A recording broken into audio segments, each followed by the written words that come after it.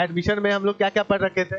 Admission में सारा हमने पढ़ रखा था। लॉन्ग क्वेश्चन भी जो हम लोग क्या किए थे, सॉल्व किया था ना एक लॉन्ग क्वेश्चन में।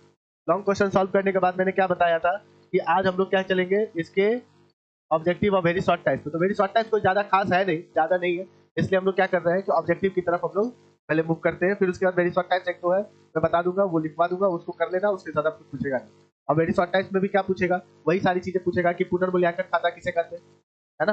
पुनर्मूल्यांकन खाता मतलब रिवैल्यूएशन अकाउंट। रिवैल्यूएशन अकाउंट आप पहले भी जानते हो, है ना। फिर उसके बाद आपको पूछेगा रिवैल्यूएशन अकाउंट खोलने से फायदा क्या है एडमिशन में, तो ये फायदा तो आप पहले से भी जानते हो, उसमें भी हम लोग पढ़ रखे हैं, इसमें भी पढ़ रखे हैं।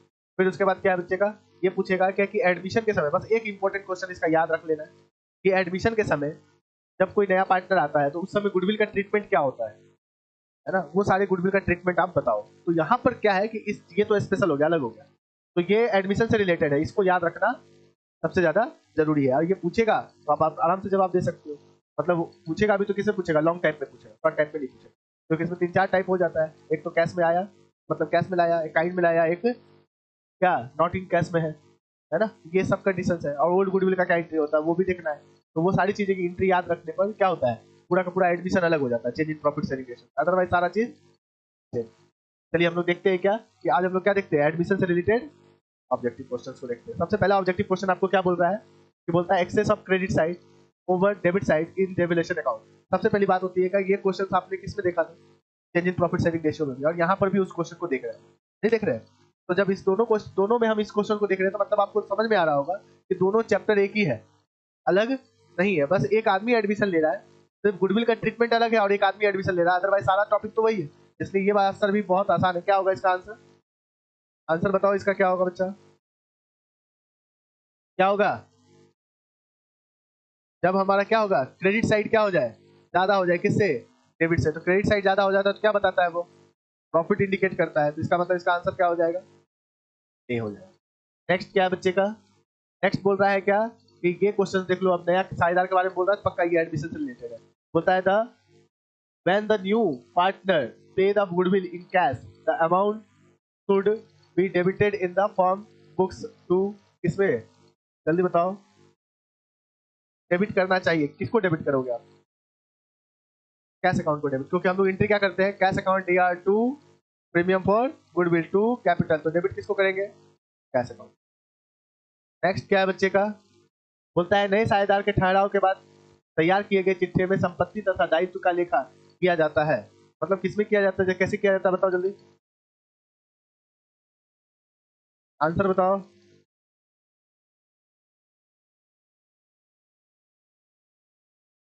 जब कोई पार्टनर एडमिशन ले रहा है और एडमिशन लेने समय क्या हो रहा है कि एसेट्स और लायबिलिटीज का जो वैल्यू है वो एसेट्स और लायबिलिटीज का वैल्यू कैसे दिखाते हैं हम लोग, मतलब आंसर क्या हो जाएगा, पुनर्मूल्यांकित मूल्य पर, रिवैल्यूएट वैल्यू फिगर पर।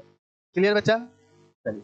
अब रियलाइज्ड वैल्यू किसमें होता है, जब फर्म का बंद हो जाता है ना। ओरिजिनल वैल्यू पर तो दिखा ही नहीं सकते क्योंकि वैल्यू बदलता रहता है, ए और बी हो नहीं सकता क्योंकि ये गलत है। नेक्स्ट क्या बोल रहा है, नए साझेदार के द्वारा ख्याति की राशि नकद लाने को कहते हैं। जब नया साझेदार कोई भी गुडविल का अमाउंट लाता है उसको क्या कहते हैं हम लोग, प्रीमियम कहते हैं। नेक्स्ट क्या है बच्चे का, बोलता है कि पुनर्मूल्यांकन खाता अकाउंट है, ये उस चैप्टर में भी था, कौन अकाउंट है, नॉमिनल अकाउंट। नॉमिनल अकाउंट क्यों कहते हैं, क्योंकि इससे प्रॉफिट और लॉस बता रहा है, तो ये नॉमिनल अकाउंट होगा ही होगा।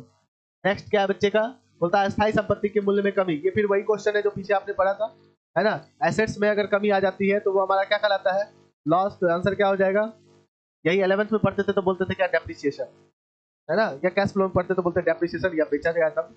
चलिए नेक्स्ट क्या, पुनर्मूल्यांकन पर लाभ या हानि को वहन करते हैं कोई भी आदमी। जब भी यहाँ हमेशा याद रखना, change in profit sharing ratio में ऑल पार्टनर, एडमिशन में ओल्ड पार्टनर, रिटायरमेंट में ऑल पार्टनर, और डेथ में क्यों यहाँ पे ओल्ड आ गया, क्योंकि नया कोई एडमिशन ले रहा है, अदरवाइज सब में क्या हो रहा है, ऑल पार्टनर। तो आंसर क्या हो जाएगा, ये हो जाएगा। नेक्स्ट क्या चलेंगे हम लोग, बोलता है क्या कि एक ए और बी साझेदार है, सी को कितना हिस्सा दे रहे हैं, 1/3, और बोलता है भविष्य में ए और बी 2:1 के अनुपात में लाभ विभाजन बांटेंगे। तो त्याग अनुपात क्या होगा, नहीं, भविष्य में बोल रहा है ए और बी 2:1 के अनुपात में बांटेंगे, तो इसका फ्यूचर का गेनिंग रेशियो है, ये सेक्रीफाइसिंग रेशियो कैसे हो जाएगा, मतलब फ्यूचर का जो है ना ये इसका रेशियो है ये। इसका मतलब क्या होगा, पहले तो आप क्या करोगे, 1 में से 1/3 घटाओगे, बचा कितना, 2/3 को ये कैसे लेगा, 2/3 कौन ले लेगा, ए, और 2/3 का 1/3 कौन ले लेगा, बी, तो ये कितना हो जाएगा 4/9, और ये कितना हो जाएगा 2/9। तो रेशियो क्या हो गया 2:1। अब ये 2:1 रेशियो हो गया। अब हम गड़बड़ कर दिए, एक मिनट। ये कितना हो गया बच्चे का 4/9, ये कितना हो गया 2/9। इसका नया ये हो गया, इसका नया ये हो गया, और सी का नया क्या हो जाएगा जल्दी बताओ 1/3।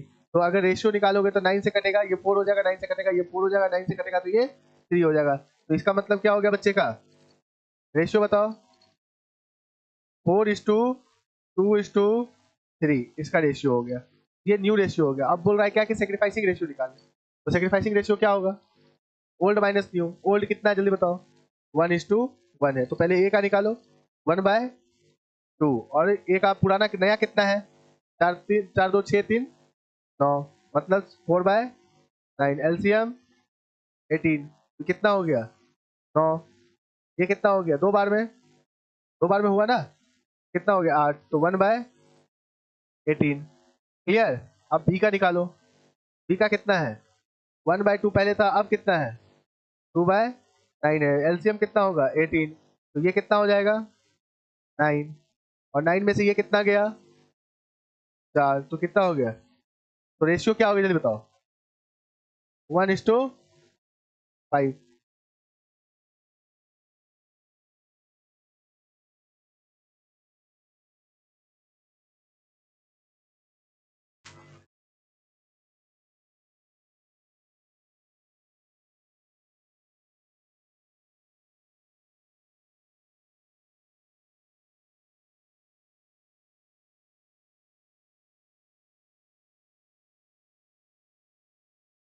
आ गया समझ में। तो क्या हो जाएगा 1:5, आंसर क्या हो जाएगा डी हो जाएगा। फिर उसके बाद अच्छा ये कलर दिख रहा है कि नहीं दिख रहा, दिख रहा है। चलिए अब देखना क्या है बच्चे का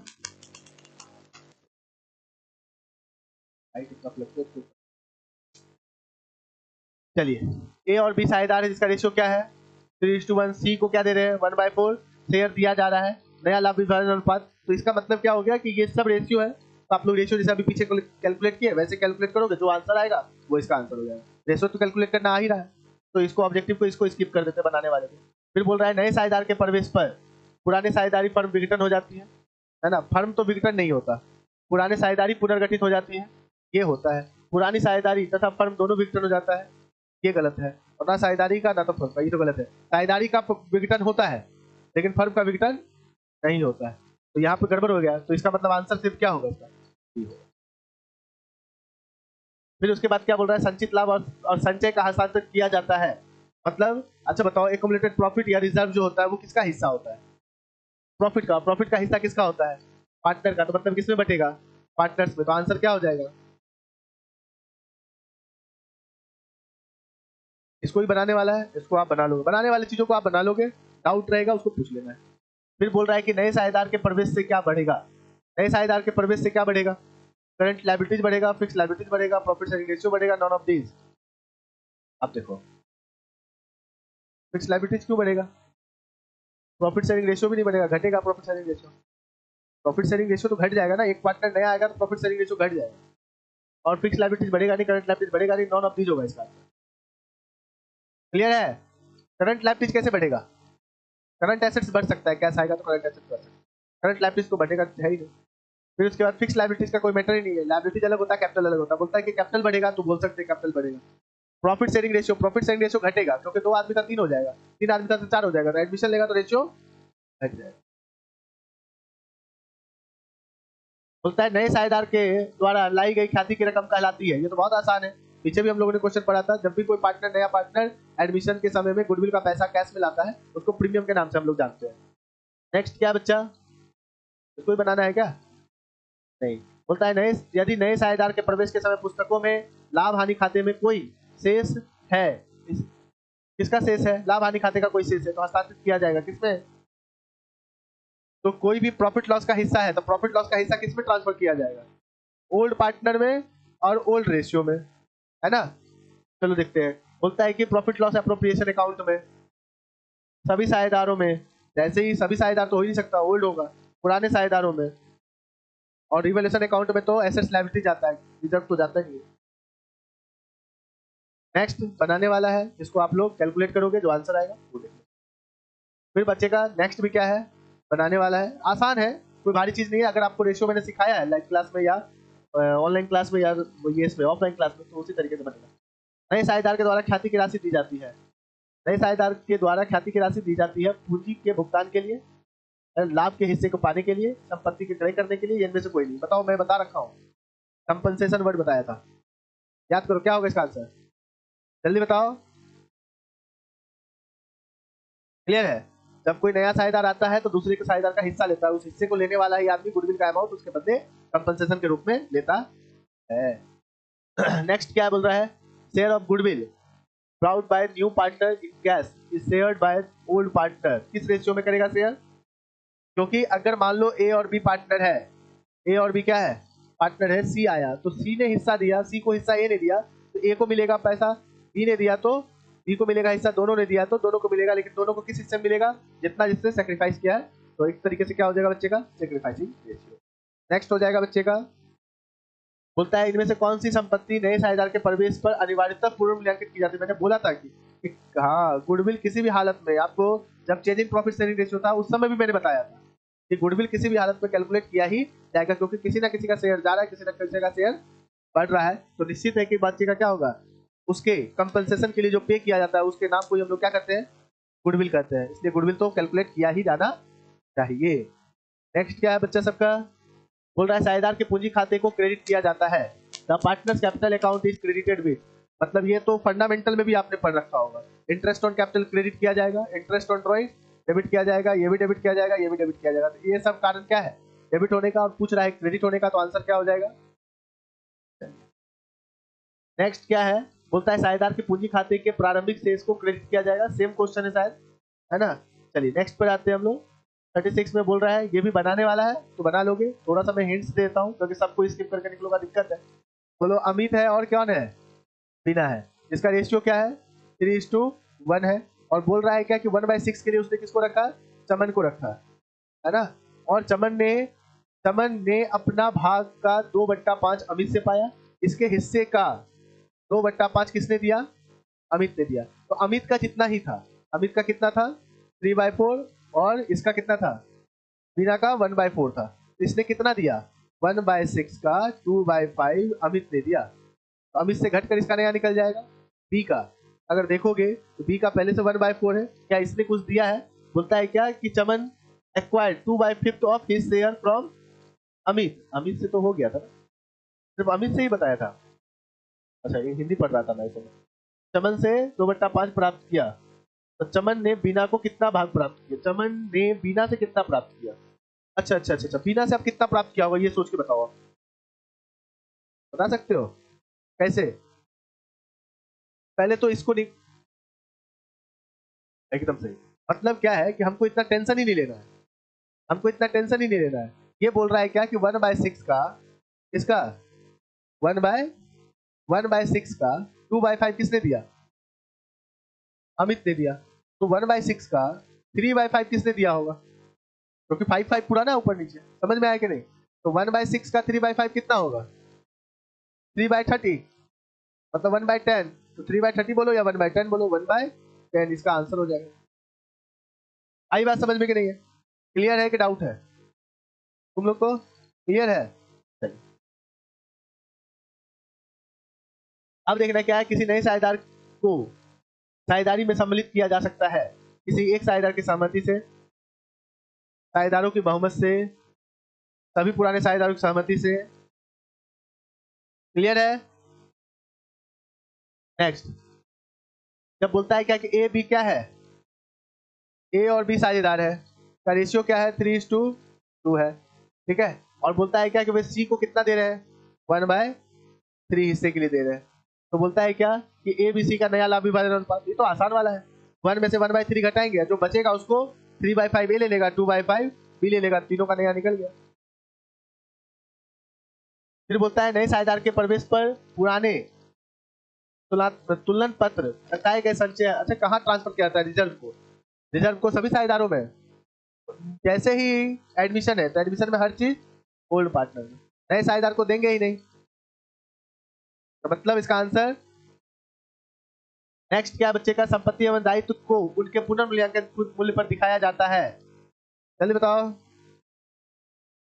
पुनर्मूल्यांकित मूल्य पर दिखाया जाता है, इसका मतलब क्या हो रहा है, 5 से 8 हो गया तो 8 वाले वैल्यू पर किसको दिखाया जाएगा, बैलेंस शीट में, न्यू बैलेंस शीट में। आप 3 वाला वैल्यू कहाँ दिखाया जाएगा, बात आई समझ में, क्लियर है कि डाउट है, समझ में आ गया। चलिए उधर, चलिए नेक्स्ट क्या है, नए साझेदार के द्वारा ख्याति के लिए लाई गई नकद वर्तमान राशि, नकद राशि वर्तमान साझेदारों में किस अनुपात में बांटी जाएगी, बहुत आसान है, क्या होगा इसका, जल्दी बताओ क्या होगा। हाँ है ना, किस रेशियो में बांटा जाएगा, सेक्रीफाइसिंग रेशियो में, बोलता है प्रॉफिट शेयरिंग रेशियो। पुनर्मूल्यांकन खाता डैश के समान होता है, जल्दी बताओ, पुनर्मूल्यांकन खाते का एक और नाम है,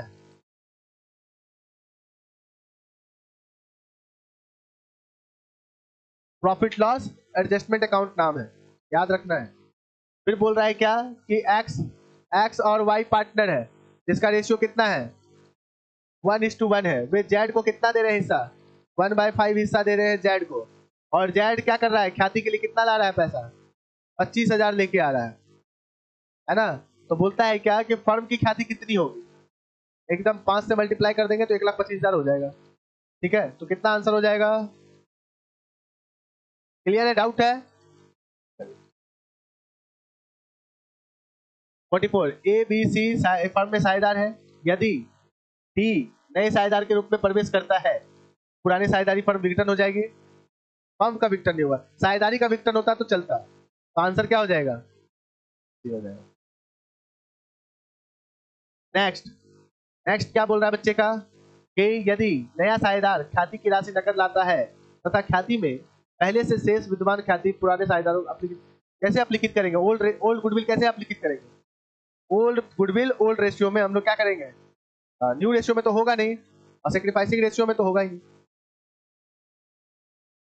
चलिए, बोल रहा है कि किसी साझेदार के प्रवेश पर मतलब अनडिस्ट्रीब्यूटेड जो प्रॉफिट है वो कैसे बांटा जाएगा, ओल्ड पार्टनर में ओल्ड रेशियो में, ओल्ड पार्टनर ओल्ड रेशियो, यही बात हम लोग पीछे भी बोल रहे हैं। नेक्स्ट क्या बच्चे का, ए बी सी पार्टनर है, ए बी सी पार्टनर है, 3:2:1 इनका क्या है, रेशियो है, डी प्रवेश कर रहा है, और ए बी सी लाभ का 1/3, 1/6 और 1/9 देने को सहमत हुआ, मतलब सी को जो मिलेगा, डी को, वो किसका मिलेगा, इसका कितना 1/3 मिलेगा, इसका कितना मिलेगा 1/6 मिलेगा, और इसका 1/9, तो मतलब इसका 1/3 निकाल कर लिख दोगे,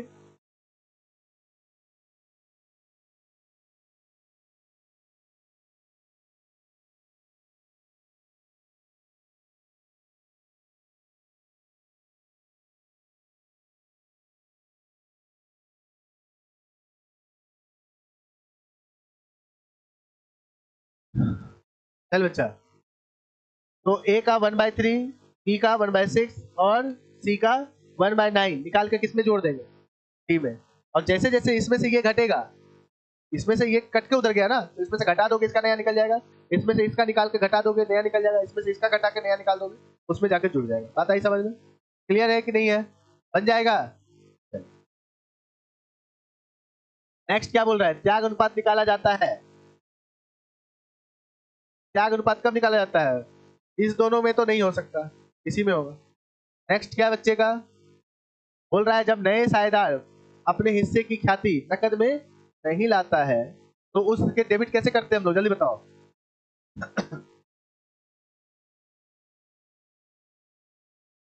कैपिटल या करंट अकाउंट, कैपिटल या current account of the new partner, जब वो पैसा नहीं लेके आता तो न्यू पार्टनर के कैपिटल अकाउंट से काट दिया जाता है, नहीं। अब क्या बोल रहा है, यदि नए साझेदार प्रवेश के समय अलिखित दायित्व हो तो इसे क्या करेंगे, इससे क्या होगा जल्दी बताओ, कहाँ लिखेंगे हम लोग, कहाँ लिखेंगे, ये पूछने की कोशिश कर रहा है, अलिखित दायित्व, जब रिवैल्यूएशन अकाउंट बनाओगे, और जब रिवैल्यूएशन अकाउंट बनाओगे तो लायबिलिटीज नहीं लिखा हुआ है तो लिखोगे तो क्या होगा, लायबिलिटीज बढ़ेगा, लायबिलिटीज बढ़ेगा तो लॉस होगा, लॉस को हम लोग डेबिट लिखते हैं, तो हाँ, तो इसमें क्या जाएगा, रिवैल्यूएशन अकाउंट के डेबिट में जाएगा, क्लियर है, कोई डाउट। बोलता हाउ हाउ। चलिए, तो फर्म की ख्याति कितनी है? 1 लाख। और पुस्तक में पहले से कितना ख्याति है? और सी 1/4 शेयर के लिए दिया जा रहा है, तो बताओ सी का ख्याति कितना होगा? हाँ, इससे कैलकुलेट करेंगे तो कितना हो जाएगा? 25,000। अब क्या बोले, ए बी सी पार्टनर है जिसको शेयर कितना दे रहे हैं? सी को शामिल किया जाता है। ए बी सी साझेदार है और फिर सी को बोल रहा है 1/5 से शामिल किया जाता है। गलत है कि नहीं? और सी अपने भाग के लिए 1,20,000 पूंजी के रूप में लाता है, तो फर्म का शुद्ध मूल्य क्या होगा? 6 लाख होगा। यहाँ क्वेश्चन में कुछ गड़बड़ है, इसको सी की जगह क्या कर देना चाहिए? डी कर देना चाहिए। और डी अपने हिस्से का कितना लेके आ रहा है? 1,20,000। तो फर्म का कैपिटल कितना हो जाएगा? मतलब एक तरीके से यही हुआ ना कि 1 2 3 4 5 6 हो गया, गड़बड़ हो गया, एक हिस्सा काट दो। तो पांचवें हिस्से के लिए कितना ला रहा है वो? 1,20,000। तो पांचवें हिस्से के लिए कितना लाएगा? 6 लाख। तो answer 53। Sorry, question number 40, page number 53। बोलता है दायित्व में कमी। दायित्व में कमी, चलिए, बोलता है एक नए साझेदार के प्रवेश के समय सामान्य संचय हस्तांतरित किया जाता है। ओल्ड, क्लियर है? 55। ए और बी पार्टनर है जिसका रेशियो कितना है? 3/4 और 1/4 है। और सी को कितना दे रहे हैं? अरे तो आसान हो गया। मतलब ये तो ए को कितना दे रहे हैं, मतलब सी को कितना दे रहे हैं? 1/4। बस इतना ही बोल रहा है ना, इसके सिवा कुछ नहीं बोल रहा है। इसका मतलब सेक्रीफाइसिंग रेशियो अगर पूछेगा तो जो ओल्ड रेशियो होगा वही सेक्रीफाइसिंग रेशियो होगा। तो आंसर क्या हो जाएगा? फिर बोल रहा है एक नए साझेदार के प्रवेश पर संपत्ति के मूल्य में कमी को डेबिट किया जाता है। संपत्ति का मूल्य में कमी आएगा, ध्यान से समझना। तो रिवैल्यूएशन अकाउंट में संपत्ति के मूल्य में कमी आएगा तो लॉस है। लॉस को कहां लिखते हैं हम लोग?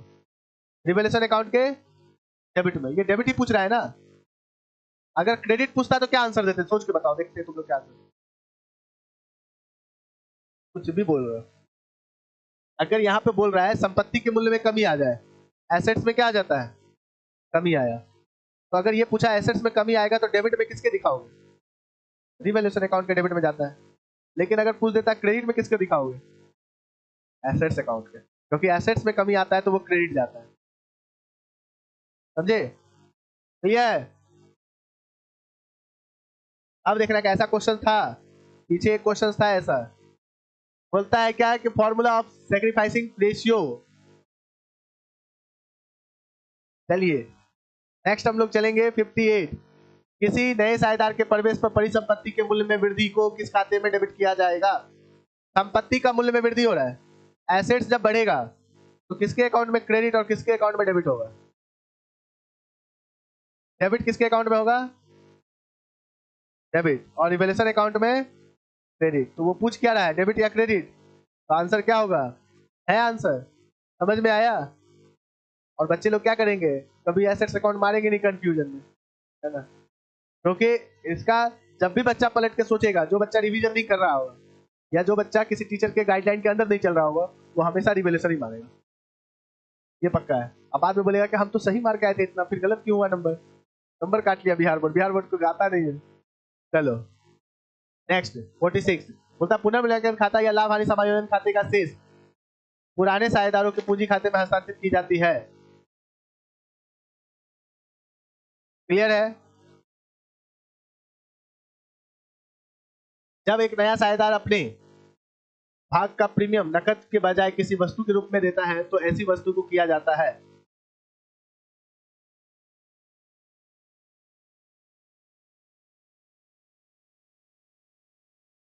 डेबिट में लिख देता है प्रीमियम। डेबिट वाला दो है, एक सेल्स वाला है और एक ये है। अब बताओ, और ये दोनों गलत है। सेल कभी डेबिट होगा नहीं और प्रीमियम कभी डेबिट होगा नहीं। नया प्रीमियम है, क्या होगा आंसर?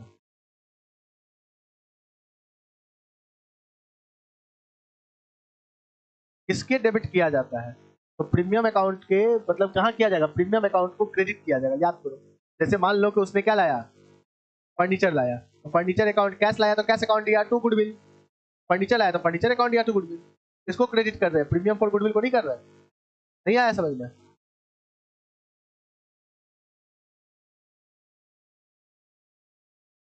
क्वेश्चन आंसर पहले ही बता दिया मैं। ए बी क्या है, ए बी सी पार्टनर है जिसका रेशियो क्या है, 1:1:1 है। क्यों बोला 1:1:1 है? और डी नया साझेदार है और 1/4 के लिए उसको कितना लेके आ रहा है पूंजी, और कैपिटल गुडविल जिसका आधा रकम क्या कर दिया जा रहा है, आधा रकम, जिसका आधा रकम कितना होता है, अच्छे से पढ़ो question. A B C partner है जो बराबर है, और फिर डी को कितना हिस्सा दे रहे हैं, 1/4 शेयर में फर्म को प्रवेश दे रहे हैं। डी 20,000 रुपया पूंजी का और ख्याति का प्रीमियम का 5,000 लाता है जो आधी रकम है। तो बोलता है ख्याति की, फर्म की ख्याति की रकम क्या होगी, 40,000। क्योंकि ये बोल रहा है क्या, ये ला कितना रहा है, 5,000, जो आधा है, आधा है तो 2 गुना हो गया, मतलब इसका होना चाहिए 10,000 लाना, और 10,000 इसका हिस्सा है, 10,000 इसका क्या है, हिस्सा है। तो 10,000 हिस्सा है तो पूरे फर्म का हिस्सा कितना हो जाएगा, आंसर हाँ घुमावदार। क्वेश्चन सही ढंग से ना पढ़ा जाए तो आंसर गलत होगा। फिर उसके बाद क्या बोल रहा है कि एक फर्म में क्या है, जेड साझेदार है, जेड, एक फर्म में जेड को लाभ में 1/4 शेयर दिया जा रहा है, मतलब अंश दिया जा रहा है, और उसके लिए क्या कर रहा है, ख्याति के लिए कितना ला रहा है, 30,000। यह पुराने साझेदार एक्स और वाई को वाई द्वारा लिया जाएगा किस रेशियो में, गुडविल का अमाउंट जब भी लिया जाता है तो सेक्रीफाइसिंग रेशियो में। और यहीं पर आपका चैप्टर क्या हो जाता है, एंड। और लॉन्ग क्वेश्चन में मैंने क्या बोला, एक लॉन्ग क्वेश्चन होगा, कौन सा, कौन,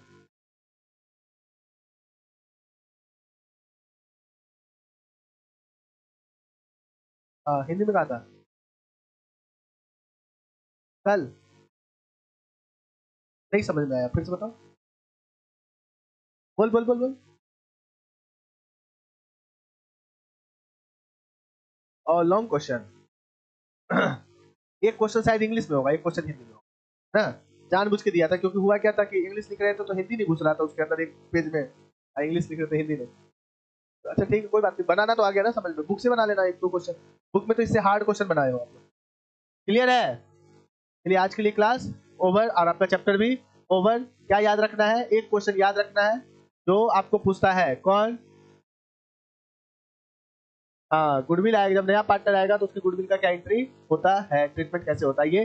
फिर एक पुनर्मूल्यांकन खाते का क्या लाभ है, एक दो क्वेश्चन जो change in profit sharing ratio बनाए थे वही सारा चीज है, नया कुछ भी नहीं है। क्लियर है? और नए साझेदार का प्रवेश कैसे होगा जल्दी बताओ, जब तक सभी पार्टनर रेडी ना हो जाए तब तक उस नए साझेदार का प्रवेश नहीं होगा। नए साझेदार के प्रवेश से क्या क्या लाभ है, प्रॉफिट क्या क्या है, एसेट्स बढ़ेगा, कैश बढ़ेगा तो एसेट्स बढ़ेगा, है ना। फिर उसके बाद मैनेजमेंट में सपोर्ट मिलेगा, नहीं बढ़ेगा। फिर उसके बाद क्या होगा, आदमियों की संख्या बढ़ेगी। ये सब क्या है, उसका पॉजिटिव वे है जो नए पार्टनर के आने पर होता। क्लियर है? तो ये सब बातें याद रखनी है। क्लियर? चलिए आज के लिए छुट्टी, छुट्टी हो गई, छुट्टी।